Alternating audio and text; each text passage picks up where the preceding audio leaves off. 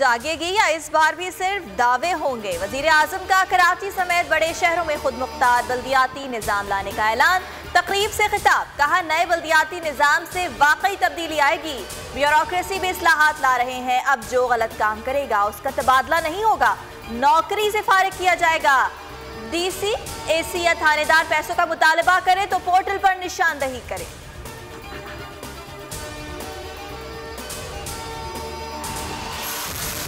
वजीर आला सिंध की जेरे सदारत कराची कोऑर्डिनेशन कमेटी का अहम इजलास। विफाकी वजीर असद उमर ने कहा तजावुजात का खात्मा सिंध हुकूमत को करना है, जो भी खर्चा होगा विफाकी हुकूमत करेगी। एनडीएमए को 700 अरब रुपए के लिए मजाज बनाया है।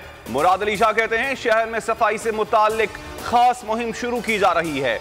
एनडीडी से तमाम नालों के सर्वे करवा रहे हैं।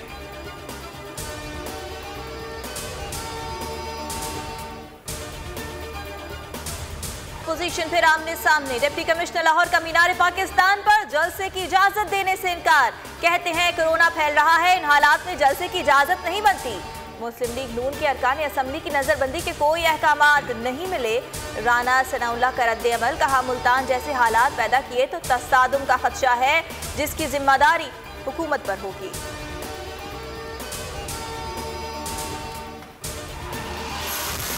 कोरोना की मौजूदा सूरत हाल में जलसे करना अवाम से खुली दुश्मनी है। 13 दिसंबर को जिंदा दिलाने लाहौर पीडीएम को आईना दिखा देंगे।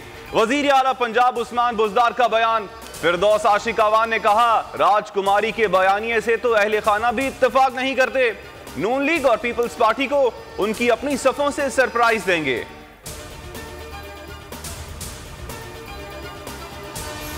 हमारी जंग आइन तोड़ने वालों और अवाम को मुश्किल में डालने वालों से है। अगर पाकिस्तान की मईशत को बेहतर बनाना है तो आइन पर अमल करना होगा।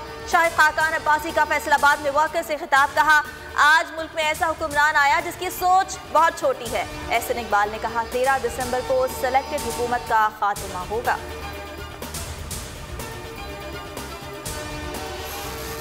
इदारों को अपनी गलतियों की इस्लाह करनी चाहिए। हमारे इदारों से जंग नहीं बल्कि जिद्दोजहद है। मुल्क को आइन के मुताबिक चलाने के मामले पर डायलॉग की जरूरत है। रहनुमा पीपल्स पार्टी कमर जमान कायरा की मीडिया से गुफ्तगू। मुल्क में कोरोना की शिद्दत बढ़ गई। मजीद 44 अमवात, मजमूई तादाद 8,303 हो गई। 3,119 नए cases report. Bilawal Bhutto corona को शिकस्त देने में कामयाब, टेस्ट मनफी आ गया। कराची में शरह आज भी सबसे ज्यादा। मुस्बत केसेस का तनासुब 20.12% रहा। जिला गरबी के 13 इलाकों में 18 दिसंबर तक स्मार्ट लॉकडाउन लगा दिया गया।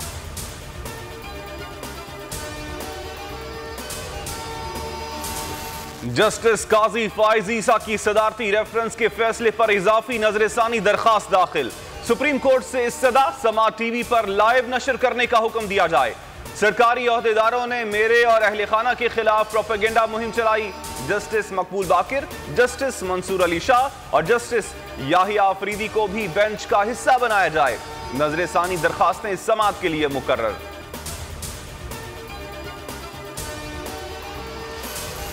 जज अरशद मलिक की मौत से पहले इंसाफ की मौत का जवाब भी देना होगा। नवाज शरीफ को 1.5 साल में इंसाफ ना मिलने का जिम्मेदार कौन है? मरियम नवाज का एहतसाब। अदालत के साबिक जज के इंतकाल पर ट्वीट, कहा अरशद मलिक के एतराफात पर एक दिन भी समाअत नहीं हुई।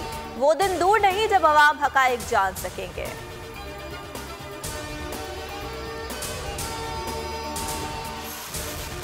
और मुल्क के ज्यादातर इलाकों में मैदानी हवाओं का राज।